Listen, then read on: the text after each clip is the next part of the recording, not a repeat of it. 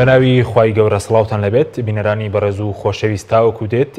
زیانەکانی بێکاری و بێموچەی لەسەر ئاسایشی کۆمەڵگا و ئاسایشی کۆمەڵایەتی خەڵکی هەرێمی کوردستان زیاد دەکات بە جۆرێک لە ماوەی دو هەفتەی ڕابردوو 4 کەس بەهۆی خراپی بارودۆخی ژیانیان کۆتیان بە ژیانی خۆیان هێناوە. بە میوانداری هەرێک لە بەڕێزان دکتۆر هەژار معروف پسپۆڕی دەرونی لە ستۆدیۆی سەرکی، هەروە لە دووهۆکی شەوە دکتۆر هاشم زێباری پسپۆڕی ئابووری تاوتوێی لێکەوتەکانی بێموچەی و بێکاری لەسەر دۆخی هاوڵاتیان هەرێمی کوردستان دەکەین. سەرەتا راپۆرتێک دەبین دواتر لەگەڵ میوانەکانمان دەست بە گفتوگۆکەمان دەکەین. کاریگەریەکانی بێموچەی و بێکاری لەسەر موچەخۆران و کاسبکاران زیاد دەکات. لە ماوەی تەنها یەک هەفتەدا 4 کەس بەهۆی خراپی بژێوی ژیانیان کۆتاییان بە ژیانیان هێناوە.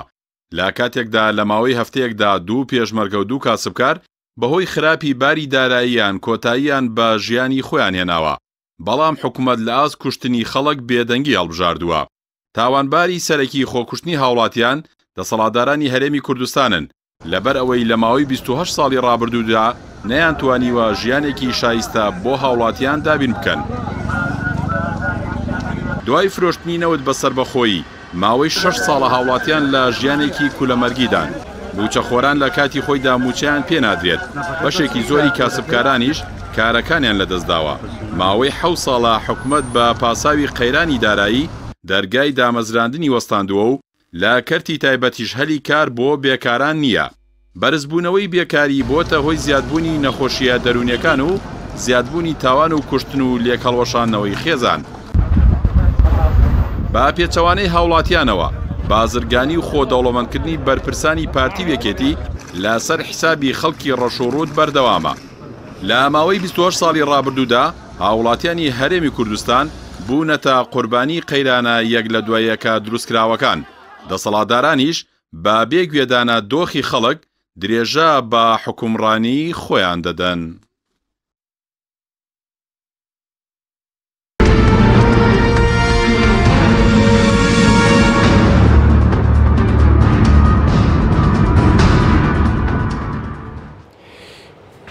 جارێکتر سڵاوتان لەبێت بینەرانی بەڕێز، سوپاس بۆ میوانەکانمان. دکتۆر هەژار بەخێر بێنێک لە بەڕێستانەوە دەست پێ بکەین. سەرنجی بەڕێستان چیەکە لە ماوەی 2 هەفتەی ڕابردوودا 2 پێشمەرگە و 2 کاسبکار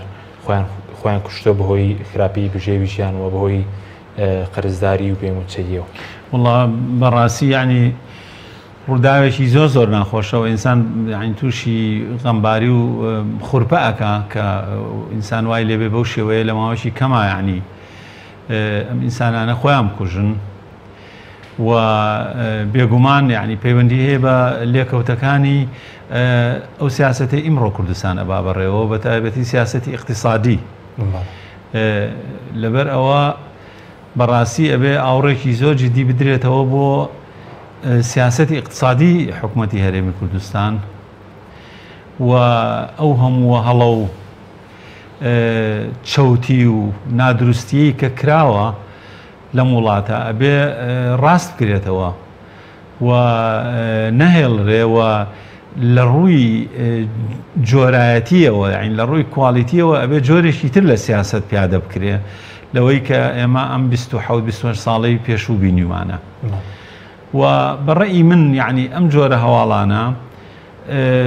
زۆر گرنگە کە میدیاکان لە قوارەی خۆی زیاتر یعنی ئیبرازی نەکەن، ئەوەنە زۆر پیشانی نێن، ئەوەنە زۆر نەیڵێنەوە، زۆر نەچنە بنجوو بنەوانی و هەموو لایەنەکانی. چونکە ئێمە وەکو دکتۆری دەرونی یعنی هینێک هەیە، یعنی دەرکەوتەیەک هەیە کە پێی ئەڵێن لاساییکردنەوە. یعنی مەسەلا کە یەکێک خۆی ئەکوژێ ئەگەر زۆر باز بکرێ و بە تایبەتی باسی شێوەی خۆکوشتنەکەی و چۆن بووە و چی بەسەر هاتووە ئەمانە خەڵکێک هەیە ئەیبینێ گوێی لێ ئەگرێ و لەوانەیە زۆر لایەن کە باسی ئەو کەسە ئەکەن ژیانی ئەو کەسێک کە خۆی کوشتووە، لەوانەیە لە منی بینەریشە زۆر لایەن و لێکچوون هەبێ لە بینی من و ئەو کەسێک کە خۆی کوشتووە. لەبەرەوە ئەمە زۆر جاشتیوا ڕوئەیە کە خۆکوشتنێک خۆکوشتنی تریە بە دوایە باش بە تەسیری ئەوەی کە پێڵەن لاساییکردنەوە. یعنی وەکوتم چکە زۆر جار کێشەکان نزیکن لە یەکەوە یعنی کابراڵێن جەوەڵی ئەوش ڕزگاری بوو منیش بۆ نەیکەم تێگەی بۆیە ئەی مامەڵی دەسەڵاتداران لەگەڵ خۆکشتنی تاکێک بۆی بێموچەی هەژاریەوە دەبێت چی بێت من پێم ئەگەر وجدانێک مابێت من پێم وایە دەسەڵاتداران ئێستا زۆربەی زۆریان یعنی خۆیان لە ڤیلاکانیان لە باخەکانیان خۆیان شاردۆتەوە لە دووشت بە تایبەتی یەکێکیان لە بەرپرسیارەتی بەرامبەر بە وەسعەکە و یەکێکیان لە ترسی ڤایرۆسی کۆڕۆنا لەبەرەوە من پێم وایە ئێمە زۆر ئەستەمە چاوەڕێی بەزەیی و خەم و خەفەتی دەسەڵاتداران بکەین کە ئەم ڕووداوە ناخۆشانە ڕۆیە بەس چۆن خۆیان لە بەرپرسیارەتی شاردۆتەوە ئەوە ڤایرۆسەکە بڵین بۆی کوشندەیەوە بەڵام ئەی بەرپرسیارەتێکە خۆشاردنەوە لە بەرپرسیارەتەکەس چییە؟ یعنی لە ڕاستیە ئەتوانم بڵێم ڕووی بەرەنگاربوونەوەی خەڵکیان نییە یعنی ڕووی بەرەنگاربوونەوەی خەڵکیان یعنی هیچیان پێ نییە بیڵێن هیچیان پێ نەماوە بیڵێن یعنی لەبەر ئەوە وەکوتم خۆیان شارنەوە بۆی کەس نانبینێەوە تووشی ئیحراج نەبن بەڵام لەگەڵ ئەوەشە من هەر ناومێد نیم تەواو ئینسان ئەبێ هەمیشە هەر چۆنەڵێ تروسکاییەک ومێدی هەبێ چونکە ئەوانەی لە دەسەڵاتان ئەوانیش بەشەرن وەکو من و تۆ کاک حەکیم ئینسانن و من یعنی داوا ئەەکەم لەوانە هەرچی چۆنێ بووە من ئەڵێم بۆ کاری باشە هەرگیز درەنگ نییە ئەنی ئێستا تۆ لە دەسەڵاتی کوردیای لە هەر ئاستێکای ئێستا کاتی ئەوەیە کە چۆن ئەڵێ بەکردداری چاکە و بەکردداری چاکەی خێرا ئێستا قەرەبووی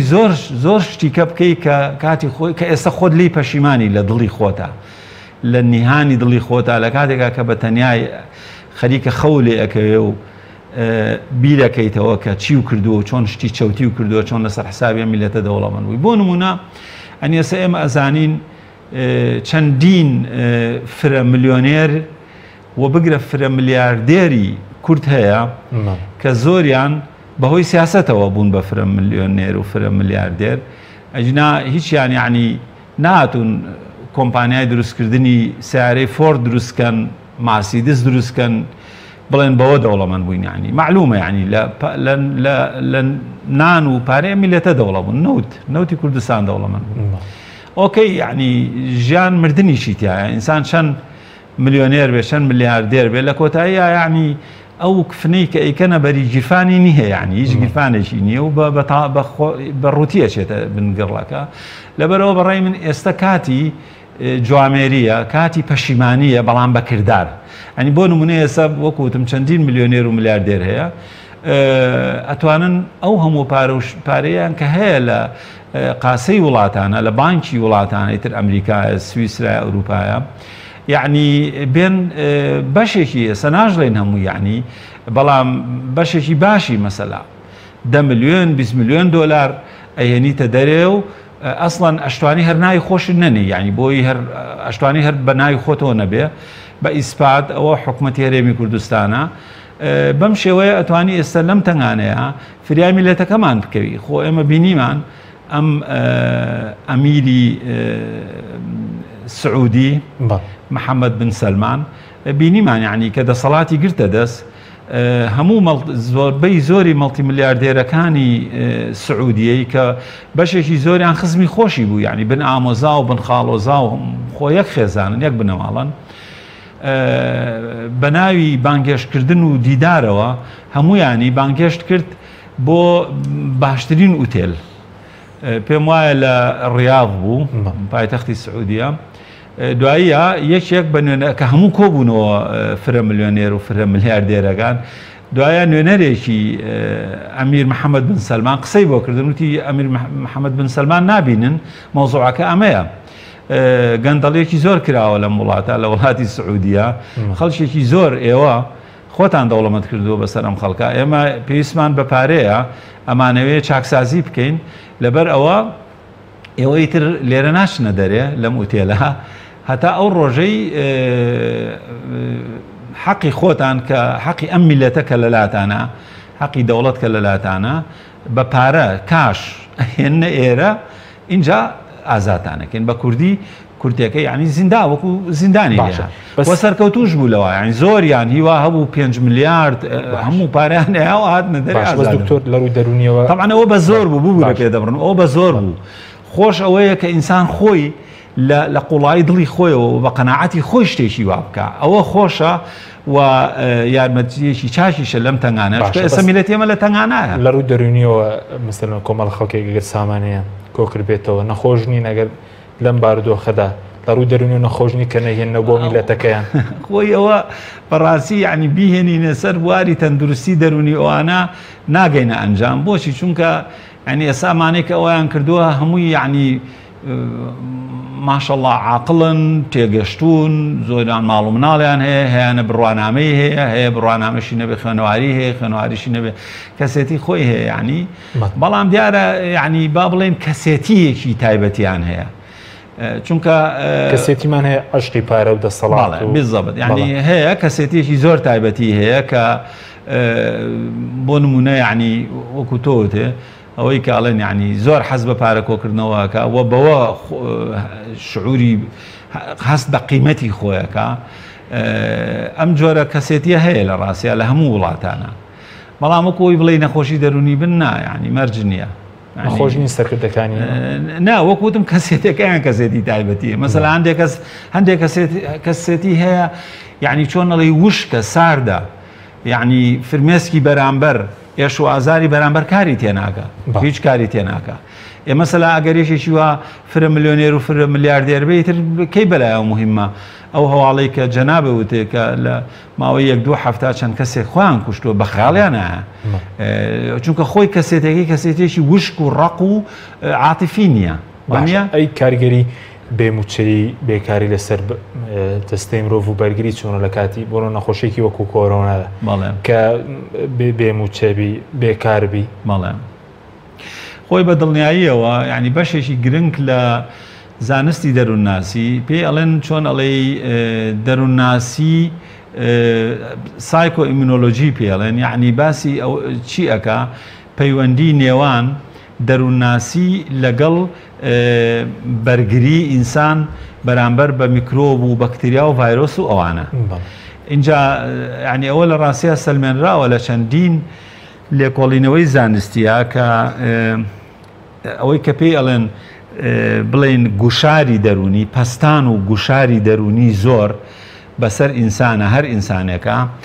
سیستمی بەرگەگری ینی بەرگری بەرامبەر بە بەکتریا و ڤایرۆسۆوانە کەمەکاتەوە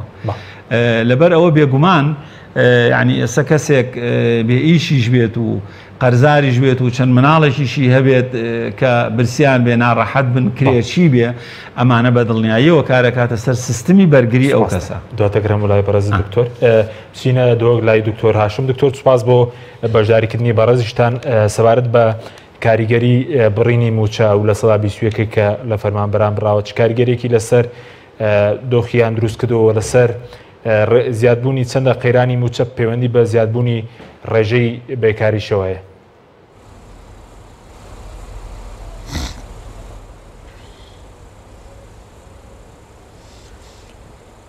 بەڵێ ڕێز و سلااف بحقیقت ئەگەر ئەم شلەی ئابووری بە تەمەشا بکەین حکومەت ئەمە شیناوەیەکێ یانکو جێوەیەکێک و پەنای ببەت بۆ جنگێ سەرەکیە دەسەڵاتێک و ڤایە چاکسازیەکە ڕاستەقینە تێدا بێتەکردن وەکو دووسەیە نەفتێ و دووسەیە خاڵی سنووری و ئەف گەندەلیا بەرفرەیە ئیداری و کارگەری یاکو ڤی وڵاتیدا بەربەڵا بووی بوویە هۆکاری وەیەکێک و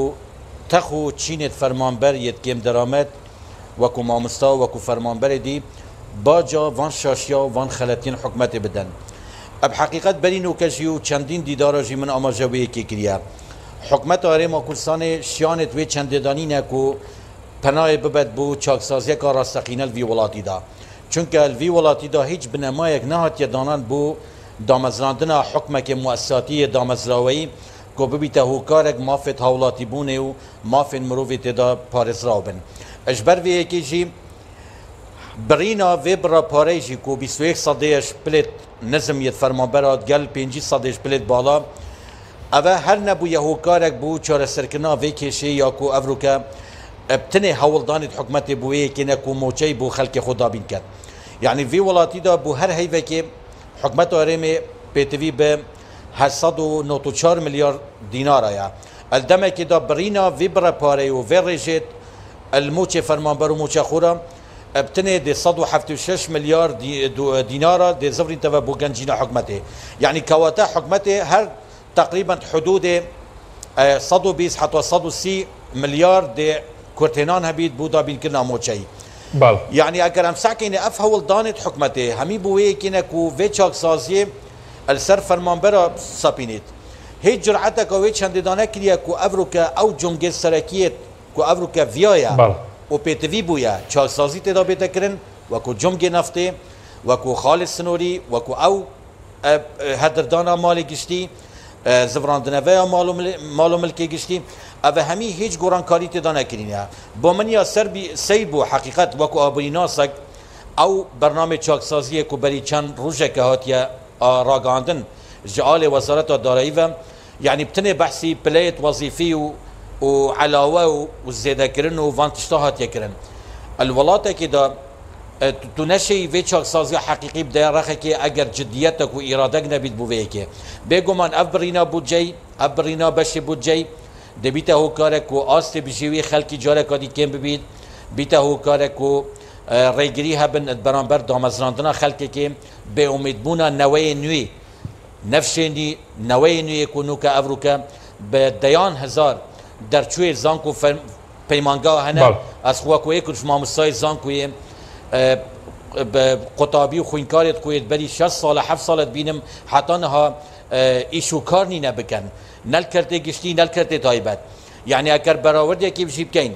و مسح کی بکین و آماره کی بکین بو افریج یا گنجان چل زانکو چه پیمانگاه در چوبن یعنی او جیلو نوی کو گشتیا قناغا کار کرنه التمنه 18 سالیه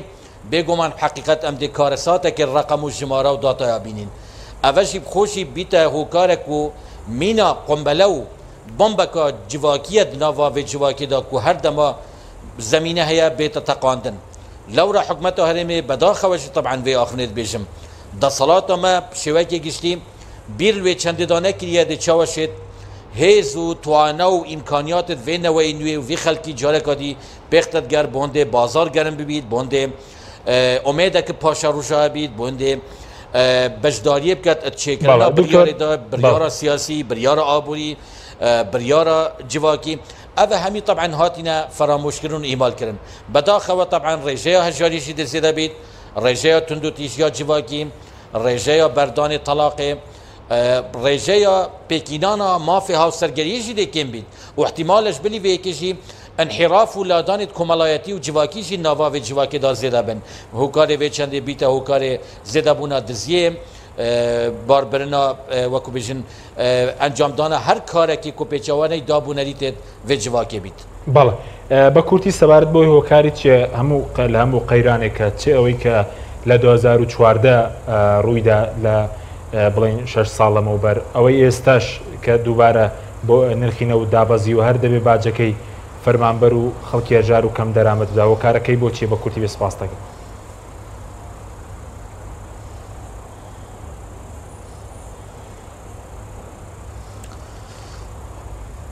بێگومان یعنی ئەف کێشەیە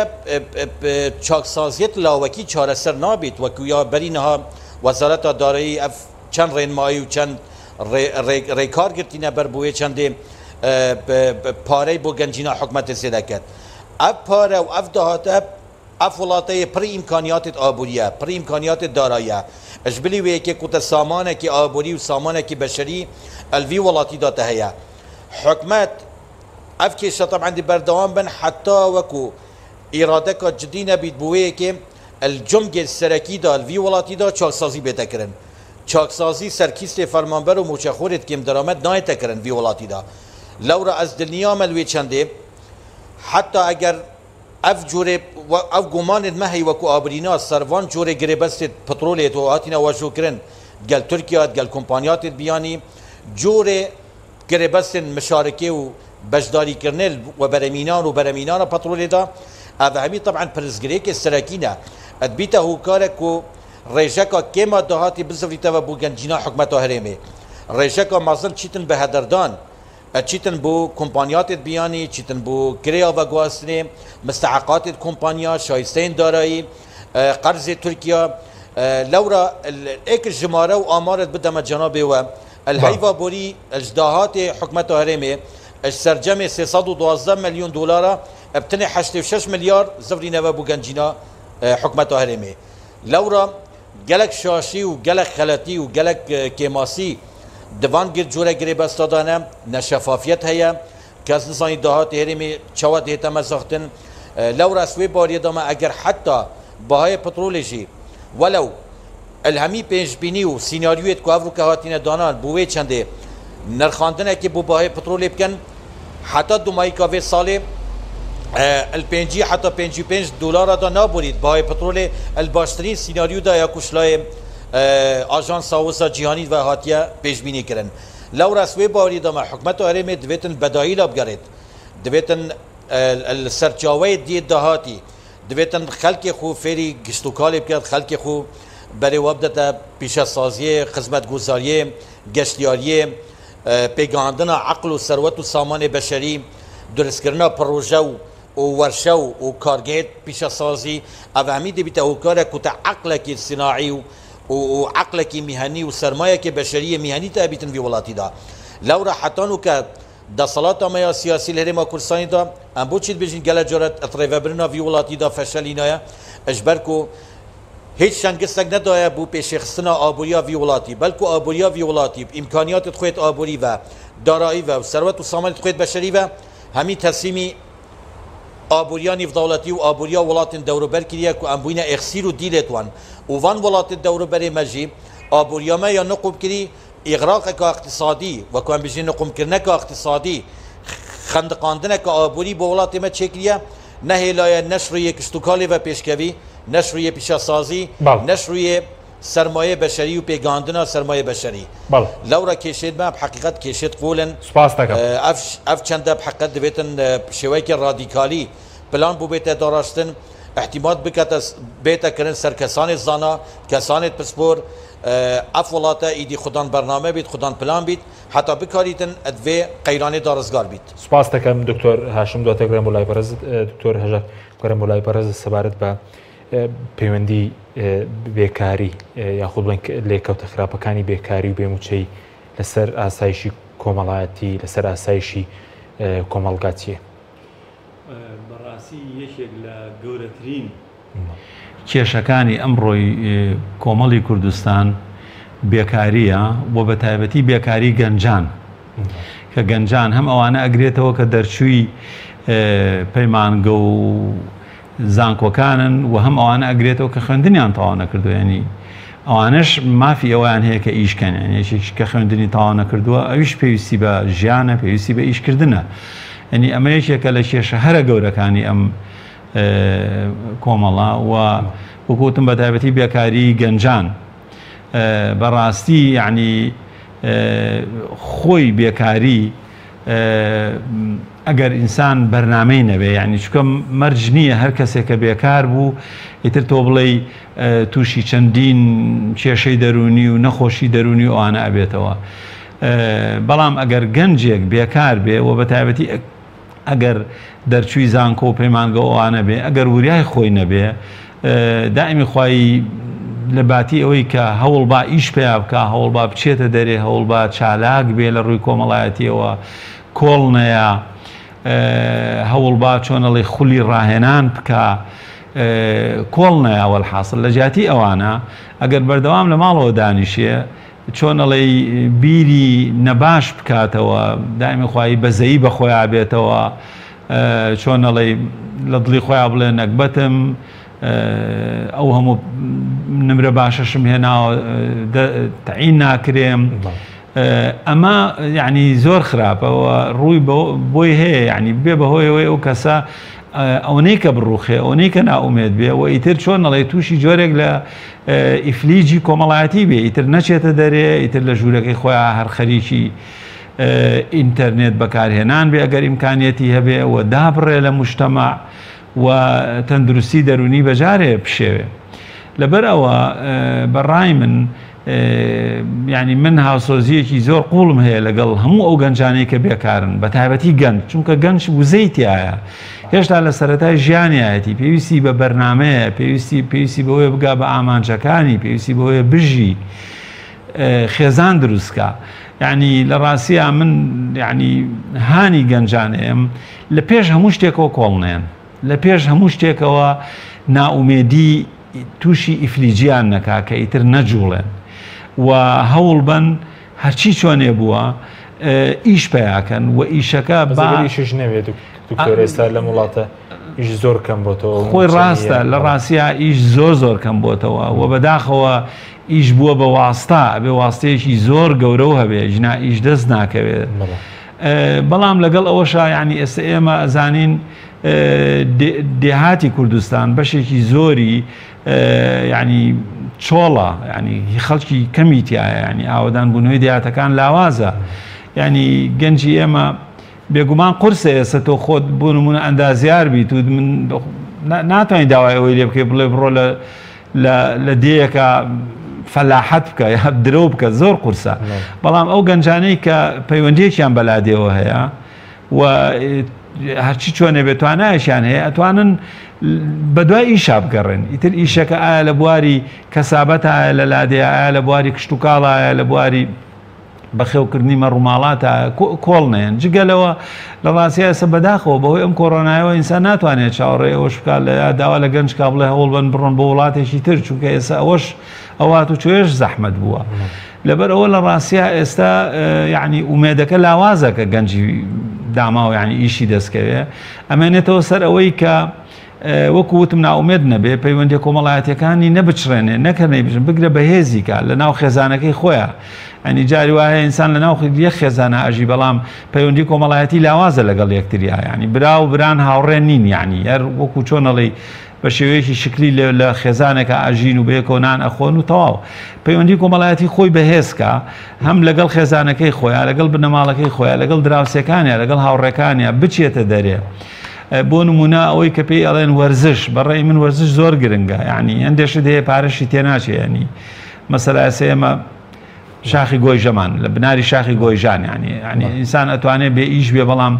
گروپێ دروستکە هەموو هەفتەیە جارێ دوو جار بچێتە سەر شاخی گۆیژە ئەو وەرزشە خۆی لە خۆیان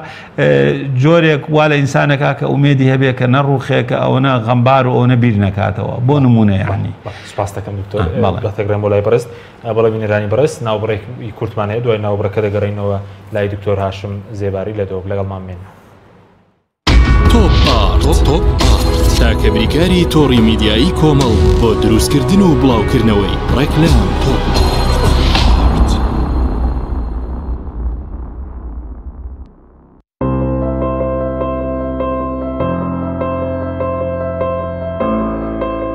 چونکە شیر لە ژیانی هەموماندا گرنگی خۆی هەیە من باشترین شیرم بۆ خێزانەکەم هەڵبژاردووە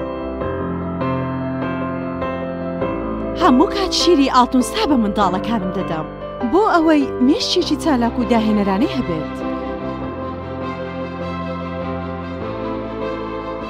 من بە شیری ئاڵتونسا کێک و شیرینی دروست دەکەم شیری ئاڵتونسا ڕۆڵێکی گرنگی لە خێزانی ئێمەدا هەیە 100% سروشتی تامێکی نایە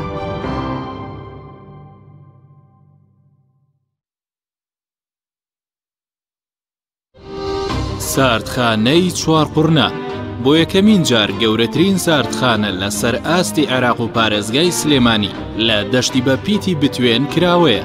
ئەم ساردخانەیە سەرمایەیەکی باشە بۆ هەموو جوتیار و خاوەن کێڵگەکان کە چیتر بەرهەمەکانیان هەرزان فرۆش نەکەن سوود لەم ساردخانەیە وەربگرن لە ساردخانەکەمان توانای پاراستنی 1400 تەن بەرووبوومی جیاوازی هەیە کە سەرجەم بەرهەمە کشت و کاڵیەکان لەگەڵ هەموو جۆرە بەرووبوومێکی شیرەمەنی و بەشی تایبەت بە پاراستنی گۆشت و ماسی و مریشک کراوەتەوە و دەتوانن بەکاری بهێنن ساردخانەکەمان جگە لە بوونی کارەبای 24 کاتژمێری گرنتی پاراستنی سەرجەم بەرهەمەکانی لە ئاستۆدایە هەمیشە داشکاندنی بەرچاو دەکات بۆ سەرجەم جوتیار و خاوەن کێڵگا پەلەوەریەکان ساردخانەکەمان بە سەرپەرشتی مامۆستا عەبدوڵڵا و سلێمان شاخەوان ناونیشان چوار قورنە نزیک پێشانگاکانی فرۆشتنی ئۆتۆمبیل ساردخانەی چوارقورنە. برنجێک بخۆن کە دڵنیابن لەسەر چاوەکەی، چونکە تەندروستیتان لە هەموو شتێک گرنگترە. برنجی سروشتی شیمال باشترین جۆری برنج لە تەواوی دنیا، ئەویش بەهۆی ئەوەی لە خاکێکی بەپیت و جەوێکی شێدار و باراناوی شیمالی ئێراندا دەڕوێت. برنجێکی سروشتیە و هیچ مادەیەکی کیمیایی و حافزەی تێکەڵ نییە و هیچ زیانێکی بۆ سەلامەتی و تەندروستی و قەڵەوی نییە، بگرە زۆریش بەسوودە. پێکاتەوە ڤیتامینەکانی برنجی سروشتی شیمال، پرۆتین، ئاو، ڤیتامین ئی، کالیسیۆم، ئاسن، مەگنیسیۆم، مەنگەنیز، پۆتاسیۆم، ڤیتامین B1، B2، B3، B5، B6. واتە ئەم برنجی کارگەکان نییە خاڵی بێت لە ڤیتامین، بەڵکو چڵتوکە و خۆمان کڕی دەکەین. شێوازی لێنانی لەگەڵدایە. بۆ دەستکەوتنی برنجی سروشتی شیمال پەیوەندی بکەن بە 0حوسەد و 353 27 27. هەر کات تاقیتان کردەوە خۆتان بڵاوی دەکەنەوە.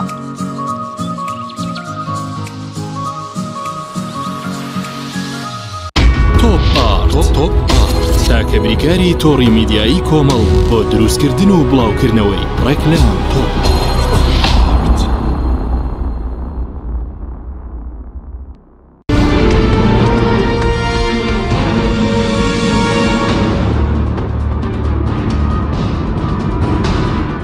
جارێکتر سڵاوتان لەبێت بینەرانی بەڕێز. دکتۆر هاشم گەرەمەوە لای بەڕێز سەبارەت بەوەی کە بە بۆچوونی بەڕێزت وەکو ئابوورناسێکی ئێمە ئێستاش کێشەی داهاتمان نییە وەکو داهات، بەڵکو کێشەی گەندەڵیمان هەیە یاخود سەرچاوی دیکەی داهات هەیە. ئەگەر ئەو لە سەدا 21 موچەی فەرمانبەران کە بەڕێز وتت 176 ملیار لەم فەرمانبەران بڕاوە، لەم مانگە لە موچە خۆران بڕاوە، سەرچاوی داهاتی ترمان هەیە کە پەنای بۆ بێت.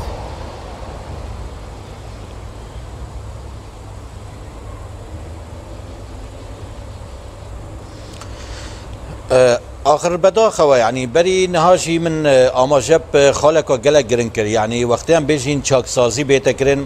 çaksazî il biyavên lawekî da ya bêsûd û bêmifa ye. Ev welate pêtivî îslaheka siyasî, aborî, îdarî, komelayetiye il hemî biyavan da, il hemî buwarekan da. Lewra wextê em çarçûvê vî menteqî wekû bêjin vî lojîkê ve em berê xwe bikeyne vê pirsê دەبێتن ئەم بگەینە ڕاستیەکە gelek و دەبێتن بەرچاو بیت بۆ هەمی خەلکێ me. Ew jî ev ye vê corê hukmraniyê da evêt ku hukmranî jî rêveberî û îdare jî rêveberî berîn û ke danpêdanê bi wê çendê dikin ku ezmûneka faşil bûye rêvebirina vî welatî da. Eşalê darayî, eşalê aborî, eşlaya îdarî ve. Lewra piştbestin bi hemî heqaîq û rastî û ezmûnê van welatê pêşkeftî کاچاوە هەندێک وڵات ئەڤروکەشیینە بە حکمی وەیەکی van 20 ساڵێت بۆریدا ببنە نمونە و ببنە وەکو بێژن بۆ وڵاتین دنیای ببنە نمونە بۆ چاولێکردنێ ئەس وێ بیاوی و لێ باوەریە دامەک و دەسەڵاتدارێت مە سیاسی نەگەشتینە وێ قەنەعەتێک و ئەڤروکە ئەو تشتێت وێ جیهانێدا چێبی دچاوەشن کۆپی پێستا van نمونێ سەرکەفتیکەن بۆ وێ چەندێ ئەم بفایە و سوودێژ van ئەزمونێت پێشکەفتی ببینین. ئەف ئەزمونەژی حقیقت پێتیوی وێ گۆڕانکاریە، پێتیوی وێ چەندێ ئەف ئیرادە دروست بیت بۆ وێ وڵاتی. ئەف ئیرادەژی طبعا ماوەیەکی کوردخایەندا چێنابیت. ئەف ئیسلاحەکە درێژخایەنە و دوم درێژە. ئەش بەر وەیەکێژی دەوێت هەزرا وێ چەندێ بکەین و ئەف وڵاتە دەوڵەمەندیە خۆیان کشتوکالی بە سیناعی بە مقاومات دارایی بە سەرمایە بەشەری بە هێز و وزە و تاقەکە gelek mezin ku tu şey em bişên têda entilaqê bikەین و destpêşxeriyê bikەین و beref gavdanekê baştir û beref seroberekê baştir. Eger me bawerî û îmanê wêyekê nebît ku em xidan îmkaniyat û şiyanîn etemî biyava da. Eger me îman û bawerî wêyekê nebît ku em dişên welatê xwe kiştûkalê ziraetî û sermayê xwe beşerî pêşêxîn û li van cure qeyrana rizgar bibîn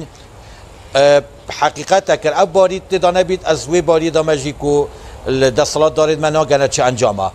لورا برینا 21 صدیل موچه فرمانبرا اب خوب احترافا و دان پیدان آوان ادبیشن کو چه چهار سریا کشی نکرد و بالفعل افرق مداتایت بردستی مکو او بماوید دیان ساله ام کارت داد که انشلای آبوری و او کنفرانس زانسیت کو مگیران زان کوید کلسانه او طرح و نویسین و بوچون هاتین دربرین همی بویه که چنکو اف سیستم پیتوی گورانکاریه ئەف گۆڕانکاریەشی دەبێت عقلیەتە دەولەتە ملکداری یان نەفتەی و پەترۆلێ بێتە گواردن بۆ عقلیەتەکە گشتوکاڵی سیناعی سەرمایە بەشەری احتیماتکردن سەر پەترۆلێ کو من gelek جارە ڕەخنە دەسەڵاتی گرتیە و دەسەڵاتە حکومەت هەرێما کوردستانی گرتیە کو چەند ئەزمونێت فاشل الوان دەوڵەتت وڵات فرۆشل کەنداوی و دەوروبەرێت بە هەمی ئینان جارێکاتی تاقیکردن وەکو کوپی پێستا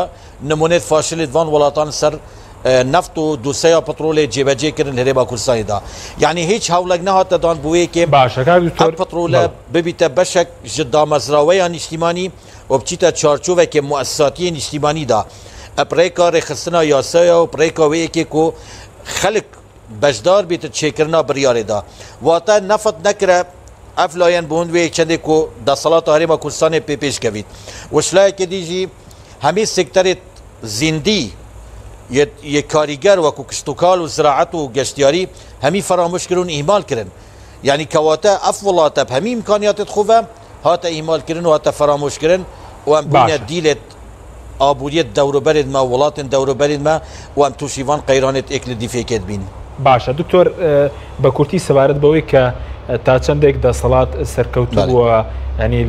لە شێواندنی ڕای گشتیش کە چاکسازی تەنها لەوە کورت بکاتەوە کە موچەی فەرمانبەران بۆ نمونە کەم بکرێتەوە بەڵام دەست نەبرێ بۆ دۆسینەوە دۆکو بە ڕێزی مانگی ڕابردوو 312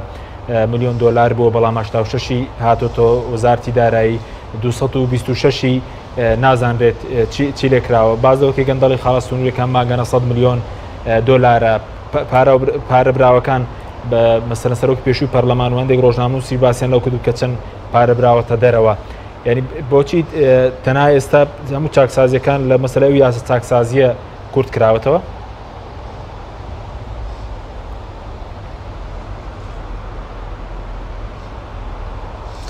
بەێ بەداخەوە یعنی وەکو ئاماژە پێکرد ینی ئەف یاسایە و کورتکردنا بێ یاسایە چاکسازیە gelek ئەف یاسایە بچووک کرد یعنی هاتە بچووکردن شینا وێ چەندێ جێ وێ چەندێک و ئەف یاسایە پیاسایەکە جدی بیت و دەست بێتە برن بوو مەلەفات و جمگên سەرەکی و بووینە ئەگەرێ vê گەندەلیە و نەهامەتی و دەردەسەری و هەژاریە وی خەلکی وەکو نەفت وەکو خاڵی سنووری وەکو گەندەلی و برباربرنا مالێ گشتی برنادەریا پارەی ئەو دیاردەیان بژنێ سپیکردنەوەی دراو ئەنکو غەسیل ئەموال دەیان کێشە و گیر و گرفتێت ئەلدیف جۆرێ سەقەتێ vê حکمرانیê پاشخوڤە هێلاینە لەورە دیتنا من ئەف چاکسازیەکە حەقیقی نییە بە دیف احترافە بەشەکە زۆرش دەسەڵاتدارێت مەیت کو ئەڤروکە ئەش حیزبێت دەسەڵاتدار vê حکمرانیت کەن ساکێ ئەکەر بەشێکی زۆرش سەرکردایەتی و بەشی یەکەتی نیشتیمانی کوردستان هەموو گلەی و گازدە هەنە سەر vێوێ بەشەکل پارتی دیموکراتی کوردستان بەشەکل زۆر بزاوە گۆڕان یعنی حتا ئەو لایەنت پێک هاتیەش حکومەت هەرێما کوردستانê تێبینی و ڕەخنە هێنە سەر ڕەخنێت جدی هەنە سەر vê جۆرە چاکسازیە و بناوێ چاکسازیە دێتە ڕێڤە بنوی وڵاتیدا حتا بوو مەسلت خاڵت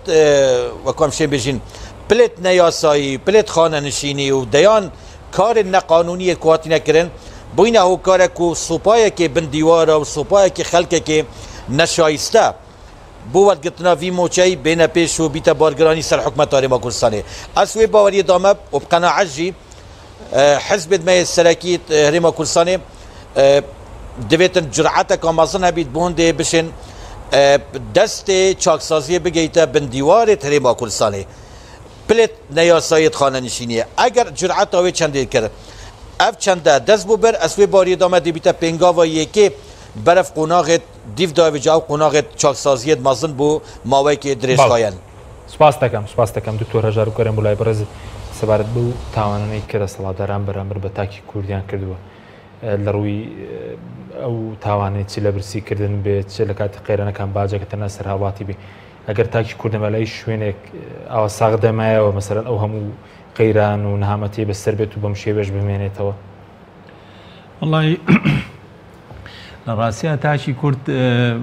یعنی بە کوردی و بە کورتەکەی ئێستا یعنی زۆربەی زۆری تاکی کورد کە زۆرینەیە یعنی لە تەنگانایە بە هەموو پێوەرەکان ئێمە لە تەنگاناین ینی گەلی کورد ئێستا لە هەرێمی کوردستان لە تەنگانەیەکی گەوراین ینی بەڵام من وەکو پێشتر وتم ئێمە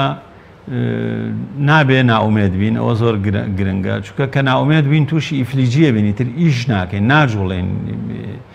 نە جوڵانی جەستەیی نە جوڵانی فکری لە ڕوبەڕبوونەوەی گەندەڵی و ستەمکاریش نابێت خەڵک ناومێت ئەو وەختە بێگومان یعنی و پێویستە ینی تاچی کورد بەڕێی من ینی بیرکردنەوە لە تۆڵەکردنەوەی تونند و تیژانە شتێکی خراپە ینی چونکە وەسعەکە خراپترەکە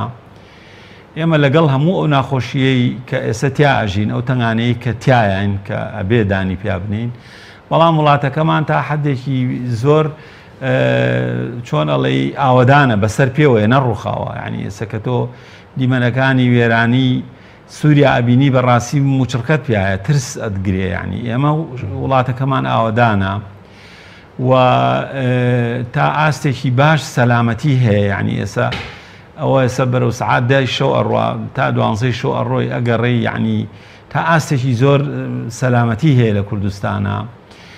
توندڕەوی چەکدار نییە لە کوردستانە ینی کە زۆر گرنگە ئێستا مەیبینین لە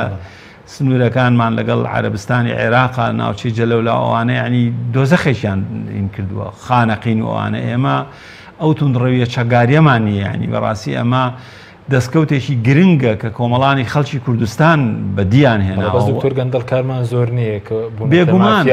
بێگومان ئەخە زەین چۆنە من ئیشارەت بۆ ئەو شتانە ئەەکەم کە باشن کە ئەبێ بیبینین چونکە کاک حەشیم ئێستا ئێمە ئەوانەی کە تا حدێ تەمەنمان هەیە و دنیامان بینی و ئەبێ ئەوە بزانین ئێمە لە ناوچەیەکی ناسروشتیە ئاژین لە ناوچەیەکە ئاژین کە ناسروشتیە یعنی بەڕای تۆ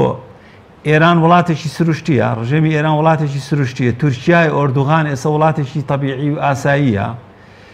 خودی عێراق بەغا وڵاتێکی طبیعی و ئاساییە یعنی ئێمە سووریا ینی ئێمە لە ناوجەرگەی ناوچەیەکین کە دەوروبەرەکەمان هیچی سروشتی نییە هیچی ئاسایی نییە هیچی باش نییە ئەنی ئەم ڕژێمانە هیچیان باش نین لەبەرەوە ئێمە ینی لە ناوچەیەکی ئاواین بەڕێی من باش نییە ئێمە دائمی خوای هەرچی شتە خراپەکان هەیە بەردەوام دووبارێکێنەوە لە میدیاکانە لە سوۆسیال میدیا چونکە ئەمە ئەوەی کە ئەمان ڕوخێنێ ئەوەی کە ناومێت چاکەی هەیە ڕەنگە بڵند دکتۆر چاکەی کەم بێ بە عەرزێکم لە ڕاستیە ئێستا چاکەی زۆر هەیە لە کوردستانە بەس ئەو چاکانە من و تۆ کۆمەڵانی خەڵکی کوردستان ئەبێ دەسەڵات مەمنونی کۆمەڵانی خەڵکی کوردستان ئێستا ئەبێ دەسەڵات مەمنونی کۆمەڵانی خەڵکی کوردستان بێ کە ئاشتی خوازە کە شەڕی ناوێ کە خۆپشاندانی توندوتیژ ناکە ئەنی ئەمە وعی و هۆشیارەیەکی بەرزە کە کۆمەڵانی خەڵکی کوردستان هەیەانە من بە هیچ جۆرێ لەگەڵ ئەو ڕۆشنبیرانە نیم کە ئەم میلەتە ئەم کۆمەڵانی خەڵکە بە مێگەلدانێ ئەسڵەن ئەوە ئیهانەیەکی گەورەیە بە ئینسانی کوورد ئەکرێ کۆمەڵانی خەڵکی کوردستان مێگەل نین دەستیان سوتاوە بە هەزاران جۆر کێشە ئەوەنەیان دیوە ئەوەنەیان نەهامەتی دیوە ئەوەنەیان کێشە دیوە ئەوەیە وای لێکردوون کە تا حدێکی زۆر ئارامن ئاشتی خوازن بەڵام ئەوەش هەر سنووری هەیە دەسەڵاتی کوردی ئەبێ تێبگا ئەوەش هەر سنووری هەیە ئەنی بۆی هەیە ئینسان کە گەشتەتینی ئینسان کە برسی بوو یعنی ئیتر کە هەموو شتێ سنووری هەیە ئەنی ئەوەی کە من ئێستا وتم کە ئێمە ئاسایش هەیە توندوتیژی نییە بەڵام ناڕەزایەتی مەدەنی هەیە بێزاری هەیە وەڕزبوونێکی زۆر هەیە ناومێدێکی زۆر هەیە هەموو ئەم شعورە نێگەتیڤانە ئەم شعورە ناخۆشانە بۆی هەیە هەمووی لە لەحزەیەکی مێژوویە بگۆڕێ بەڕق بە کینە بە توندوتیژی بە عنف ئەو وەختە ئیتر دەسەڵات و ئەوانە بەڕاستی ئیتر دڵیان خۆش نەبێ بە دەستگا جاسووسیەکانیان بە چەگارەکانیان بە حیمایەکەیان ئەو وەختە کە سەدان هەزار هاتە سەرجادە هیچ قووەتێ ناتوانێت بەرەناری بێتەوە هەموو ڕاپەڕینەکانی دنیا دەری خستووە لەسەر برسێتی بووە برسێتی نایەکسانی ناداتپەروەری جیاوازی گەورە لە نێوان زۆربەی زۆری کۆمەڵانی خەڵکو و وەچینێک توێژێکی بچووک ئەو وەختە یعنی ئیتر ئینسان ینی بەڕاستی خۆشیان چییە ینی کە تۆ وا لێ هات خۆت و ماڵ و مناڵە برسی و بوو محتاج بووی قەرزار بووی بە بەرچاوی خۆتەوە توێژێکی کەمی کۆمەڵە بینی کە لەو پەڕی خۆشیاژین ئەو وەختە ئیتر وەکووتم لە یەک کاتی مێژوویە ئیتر ئیتر ئەتەقێتەوە کە تەقیەوە ئیتر بەڕاستی هیچ شتێ فریای دەسەڵاتداران ناکەوێت. سوپاس دەکەم کاک دکتۆر هاشم کاتمان زۆر کەماوە گەر بە کورتی سەبارەت بەوەی کە بۆ مەسلەی موچە بۆچی دەسەڵاتداران بەدیلیان نییە بۆ مەسلەی بێکاری بە هەمان شێوە بەدیل نیە بۆ بارودۆخە خراپە ئەی خەڵک بەدیلی چییە لە کاتێکە دەسەڵات خۆی بەدیلی نییە بۆ هیچ کام لە مقەیرانەی کە ئێستا لە هەرێمە.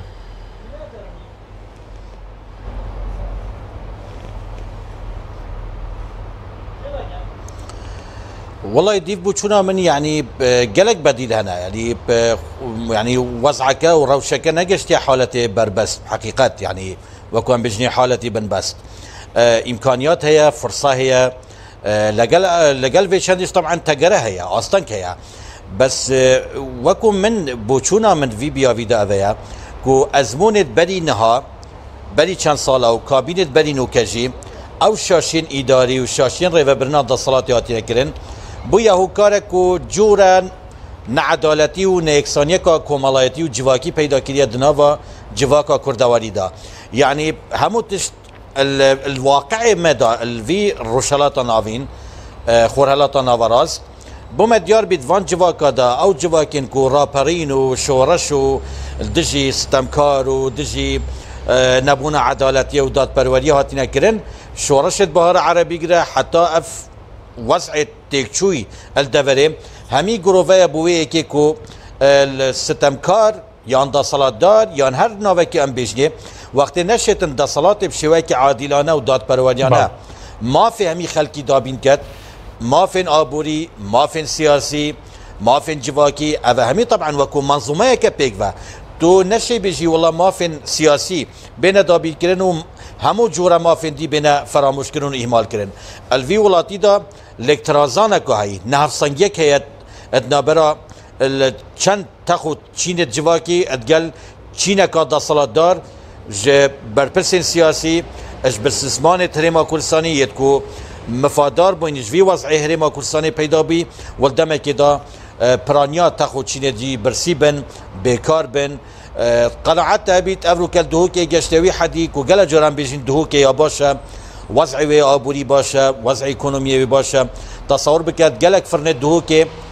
الفي لحظة استغفن فان روجا الخلق كي نان بقرز بريا يعني قشتوي حدي خلقي هزار نبويا بناني بيب كريد خلقي قالك الفي دهوكي دا ميوه وفيقي وافتشتاب بدين برينا بقرز برينا لورا يعني هندك اماجه هنا بوي چنده وقت خلقك نكاريت الناني بكريد بچتا فرنك صامونا ناني بكريد يعني هذا شو علامته شو نشانه بوما لو رج برفيه كيجي بقناعته من همو امكانيات وهمو زمينه هيا بوي چنديكو خلق ما هفكار بيتدقل دا صلاته هفكار بيت بوي چنديكو افقوار هريما كلسانه ازمونك حكمرانيات سركفتي بمشيت ازمونك بريفه تشيد عدالت ويكساني تدهبيت ما فين خلقي بي بين دابين كرن گندالي بهتا كيم كرن همي خلق هريما كلسانه پشتوانه بووان پنگاوا بووان اوه و هنگاو پروسه بس الرخه که دیا کر بردوام بیت اپیشل کاریه افن عدالتیه برینا موچی دولمندبون خلقه که سر حسابا کیسته تاقو چینه جواکی اوه بگومن دی پتر لکترازان جواکی و امن و اسایش جواکی ادنا فرما کلسانی تک داتن باشه سپاس دکم دکتور نیم خولک ظلم دستالات تو تاکیج لناو دبات چی بو پرسیارەکە ظلم دەستەڵات لەناو دەبێت بەڵێ لە ڕاستیە یعنی ئێستا ئینسانی کورد زڵمی لێ کرێ و ئەوەش هەیە کاڵێ هەموو شتێک لە باریکاییە ئەبچڕێ بەڵام زڵم لە ئەستوراییە ئەبچڕێ لەبەرەوە بەڕێی من یعنی من داوا لە هەردوو لا ئەەکەم داوا لە دەسەڵاتی کوردی ئەەکەم کە یعنی خۆیان بگۆڕن گۆڕینی جەوهری بکەن و داوا لە ئینسانی کوردی شەکەم کە درێژە با بە خەباتی مەدەنی ناتوندوتیژی بەرامبەر بەو ناحەقیانەی کە بەرامبەریەکەی بەردەوام بێت. سپاس دەکەم زۆر سپاس بۆ بەڕێزان دکتۆر هەژار معروف پسپۆڕی دەرونی لە سودەی سەرەکی هەروە لە دۆکۆ دکتۆر هاشم زێباری مامۆستای زانکۆ و پسپۆڕی ئابووری سپاس بۆ ئێوە بینەرانی ئەمڕۆ سپاس بۆ کارانم تا بەرنامێکی دیکە خواتان.